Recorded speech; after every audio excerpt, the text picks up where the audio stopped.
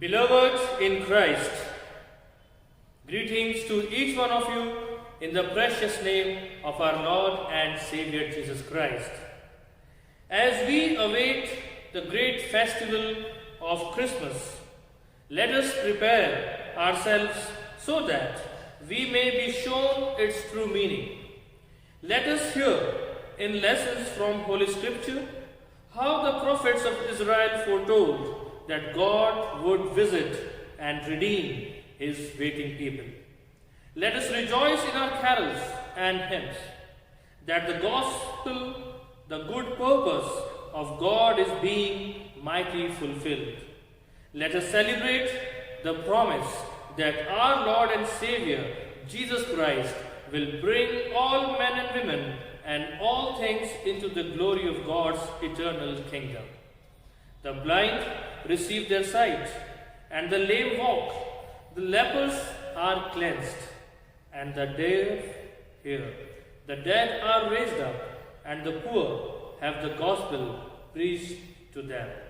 But first, let us pray for the world which God so loves, for those who have not heard the good news of God, or who do not believe it, for those who walk in darkness and the shadow of death, and for the church in this place and everywhere, that it may be freed from all evil and fear, and may in pure joy lift up the light of the love of God.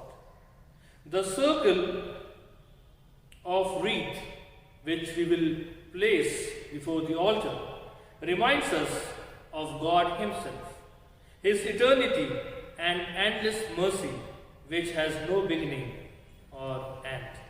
The green of the wreath speaks of the hope that we have in God, and 5 candles are lit. The first candle is traditionally the candle of expectation or hope, expecting the birth of Messiah.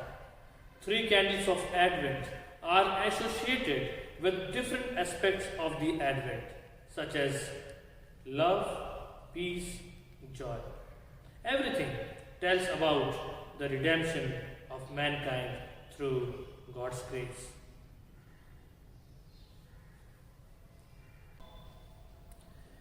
So let us now praise God and exalt His name on highest by singing, O come, all ye faithful.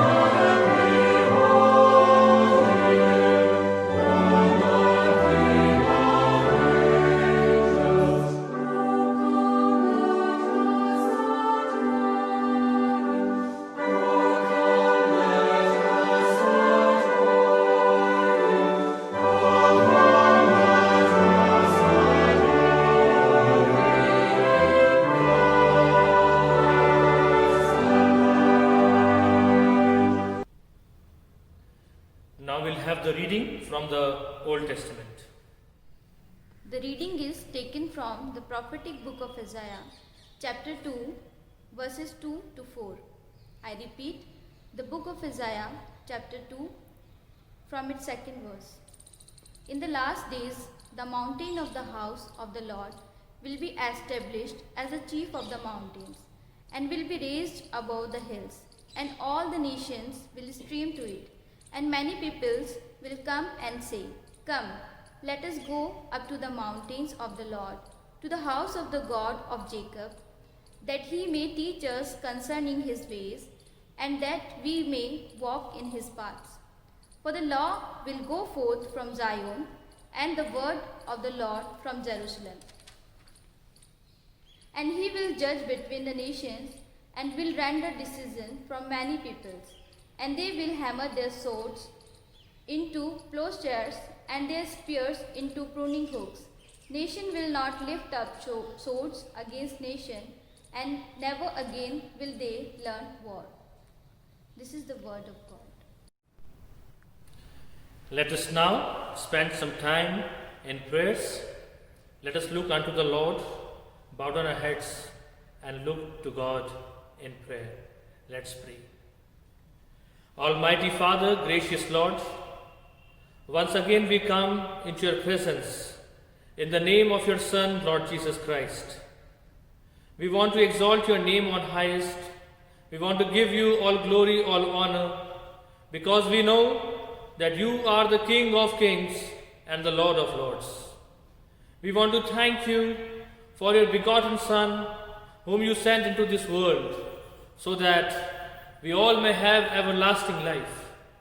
We want to thank you, Lord, for this redemption you have done for the human race, and you showed your love towards us. Thank you, Father, for sending your begotten Son into this world. This morning, once again we come into your presence, and we want to pray for this world. When this world is facing lot of challenges, especially this pandemic, we want your presence and we want your mercy upon this world. Help us, Father, to overcome this challenge of pandemic. Guide us, Father, and lead us that we can come together in this time of challenge and can praise you and worship your mighty name. Lord, help us to worship you in spirit and truth. We want to especially pray this morning for all of our church members. We want to commit every family into your gracious hands. We know, Lord, that we do have challenges, trials, and temptations in our own selves and in our own families. But you are there to help us, because you have promised us that cast your burden upon me. And you also promised us that you ask and it shall be given to you. Yes, Father, we know that when we ask in your name, you fulfill our heart's desire. So, Father, help our families and help every congregation member that we can live joyfully, peacefully, and we can live under your fear and love. We want to pray, Lord, for all those who are sick in our community, especially remembering Pastor Ratan Raj and his family. We want to remember Auntie A.D. John. We want to remember all others, Lord, who are sick in our community. Father, we pray to you that you stretch out your healing arm and touch them, Lord, and give them the speedy recovery, because you are the healer God. Father, we are assured in our hearts that you will help our people who are suffering, especially the people who are in age.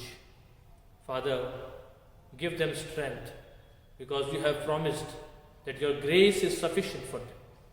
Father, help them, guide them and lead them, Father. We want to pray, Lord, for all those Corona warriors who are serving the community in different aspects. Protect them, protect their family, guide them, lead them, boost their energy, fill their body with immunity, that they can serve well the community and we can be safe in our own respective places. Father, we also want to pray for Mr. Russell Joseph, who is admitted in the hospital. Give him a speedy recovery, Lord. Heal him, Lord, that he can be thankful to you. Yes, Father, we want to commit all of us once again into your mighty hands. We want to commit our young children into your mighty hands. We want to commit our children, Sunday school children, into your mighty hands. And we cover every one of them. Once again, we want to thank you that you have heard our prayer. And now we ask this prayer in the most precious name of our Lord and Savior Jesus Christ. Amen. Lord be with you and also with you. The Gospel reading is taken from Gospel of St. Mark, chapter 13, verses 28 to 37. Glory to you, Christ Jesus. Gospel of St. Mark, chapter 13, beginning from the 28th verse. Now learn the parable from the fig tree. When its branch that has already become tender and puts forth its leaves, you know that the summer is near. Even so, you too, when you see these things happening, recognize that He is near, right at the door. Truly I say to you, this generation will not pass away until all these things take place. Heaven and earth will pass away, but my words will not pass away.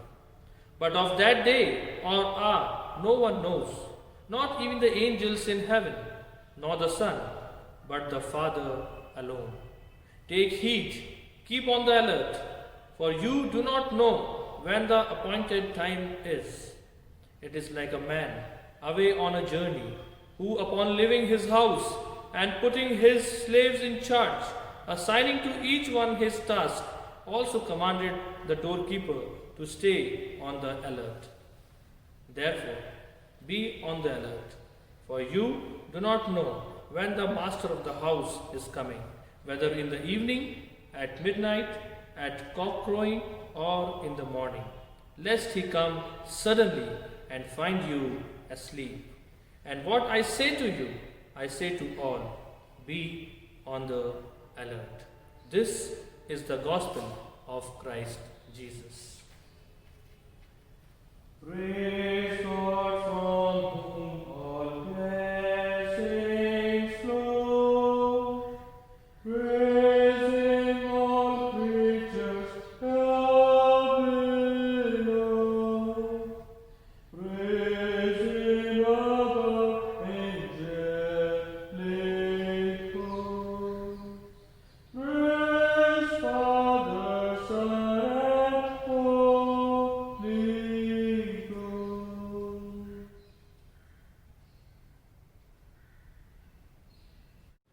Good morning, friends. Greetings to each one of you once again in the precious name of our Lord and Savior Jesus Christ. Before we meditate upon the Word of God, let us bow down our heads and look to God in prayer. Let us pray. Lord, we once again come into your presence and we want to prepare our hearts that we can receive your word. Father, help us, guide us and lead us. Especially, Lord, we pray to you that help us that we may not only be the hearers of your word, but can also implement it in our day-to-day life. Help us, Father, to worship you in spirit and truth. Holy Spirit, guide us. In Jesus' name we pray. Amen. Once again, I would like to extend my heartfelt thanks to my congregation for your generous donation. We appreciate your contribution towards the church funds. May God bless each one of you, and may God help you in your life to overcome every circumstances which can be favorable or unfavorable. May God bless each one of you. When we look around us, we see that people are suffering. There is a great challenge ahead of us. Every one of us are somewhere affected because of this pandemic. There are many who have become homeless. There are many who have become jobless. There are many who don't have enough money even to buy their food. Even in this time, people are struggling. But my dear brothers and sisters in Christ, when I was going through the Word of God, I read from the epistles the life of Paul. We have all read about Paul and his life. Many a times he was threatened, many a times he was disturbed, many a times he had many challenges in all of his lives. But that Paul saying to others, pray without ceasing, thank all the time, rejoice all the time. And I was thinking, how can Paul, who is struggling, who is having problems, who is threatened every time, how can he say, rejoice in the Lord? And I read, he had all because he has Christ with him. He has Christ with him. Christ's teachings were with him. Christ assured Paul that I will never leave you nor forsake you. Cast your burden upon me. I am the way and the truth and the life. You call me and I will fulfill all your heart's desire. My dear brothers and sisters in Christ, even today, if we have Christ with us, if we have Jesus with us, we can face any challenge of our life. Any challenge of our life. So this is my humble request to my congregation to believe in the name Lord Jesus. Today, as we are observing this Sunday as Advent, first Sunday of Advent, let us see what the theme says. And theme says, watchful expectation for the appearing of Christ. And in the gospel passage, we have clearly seen that how the sign is given and how we have to live accordingly. 3 words I would just like to share with you. First, wake up. Wake up. Nothing in this world, no matter how large or powerful, is permanent. All kingdoms will totter and pass away.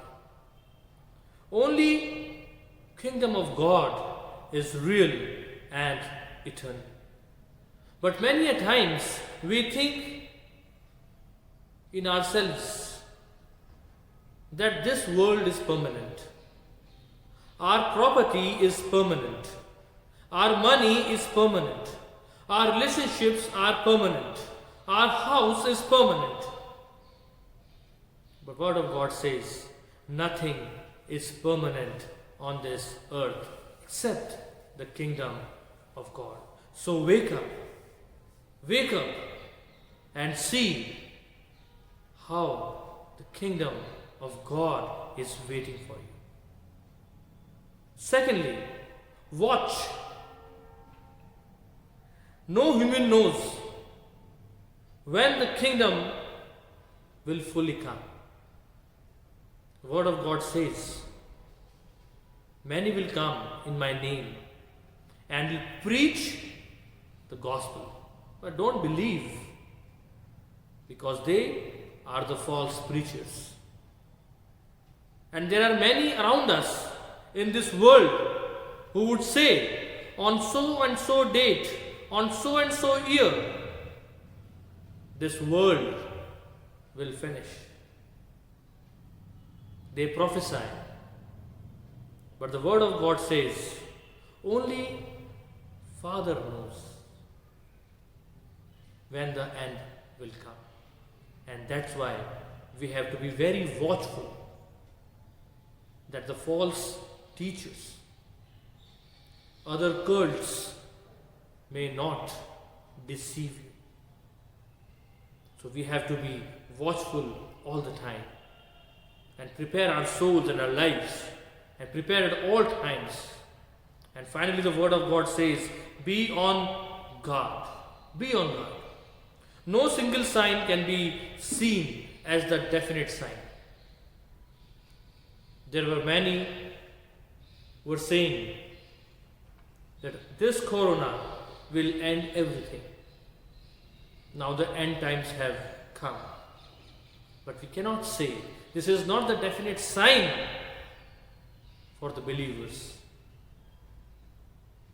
And we don't have to go into these arguments. We don't have to go into these debates. But we have to be watchful.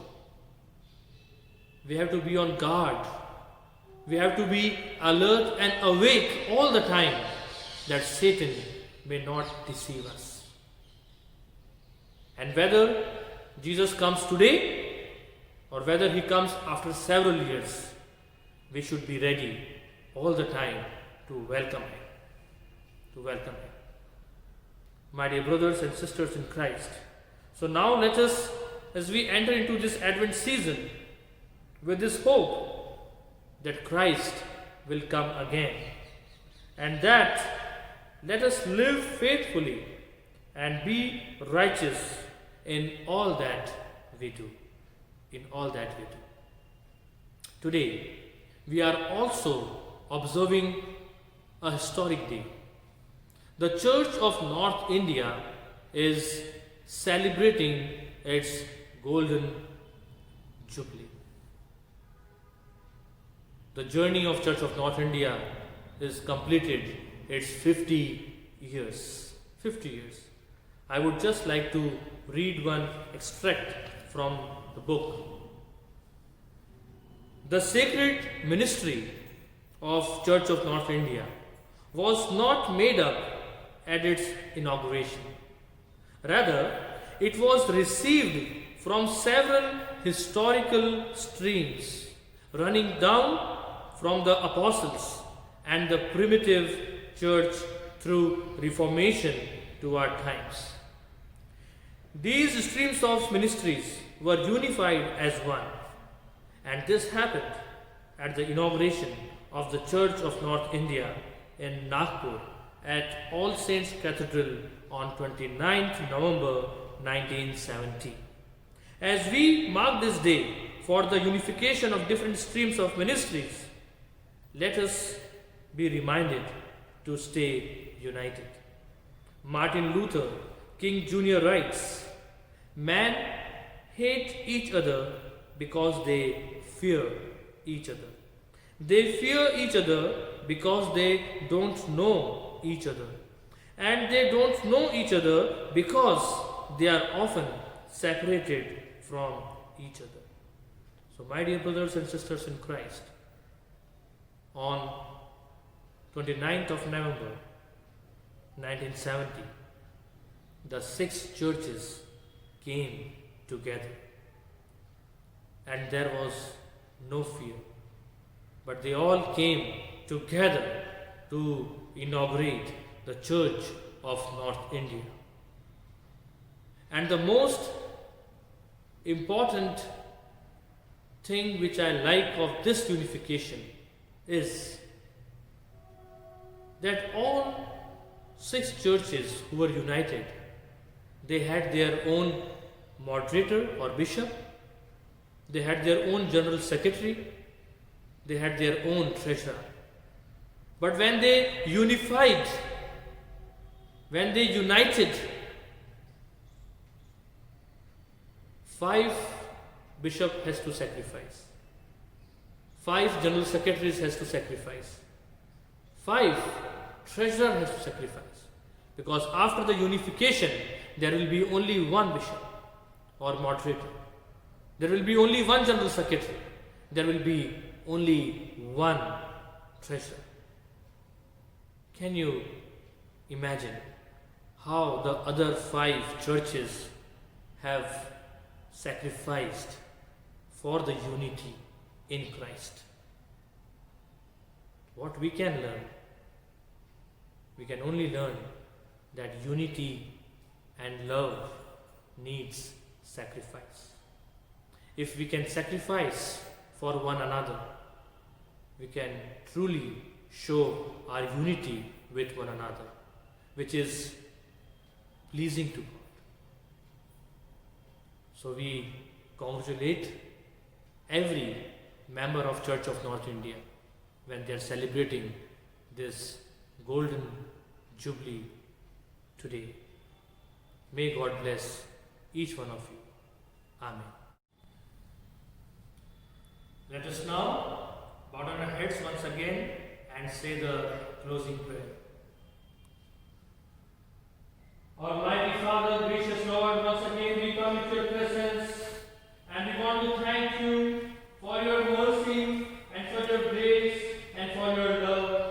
Lord, we especially want to pray for the Church of North India, for each diocese and their bishops, for executive committee of synod, and Lord, for our moderator, for our church secretary, and for our treasurer.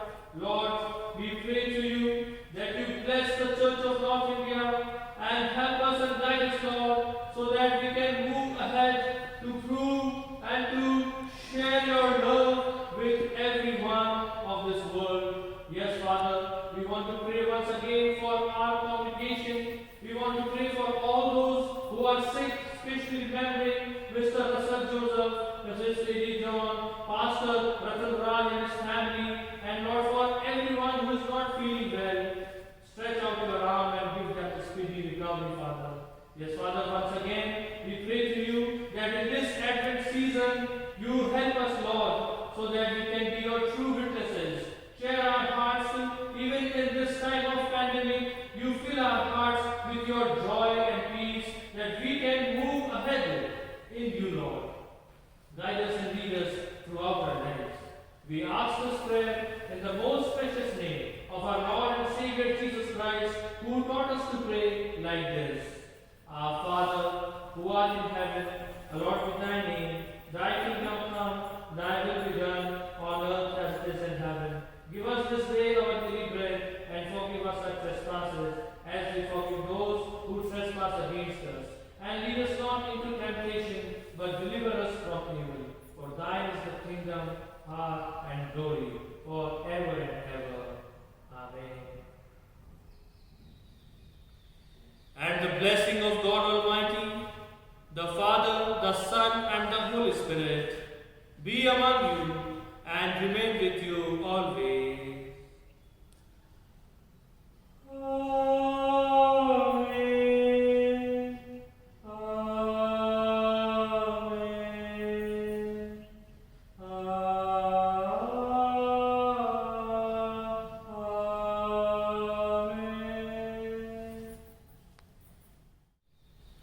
Now let us conclude our service by singing the last hymn, the sessional hymn, that is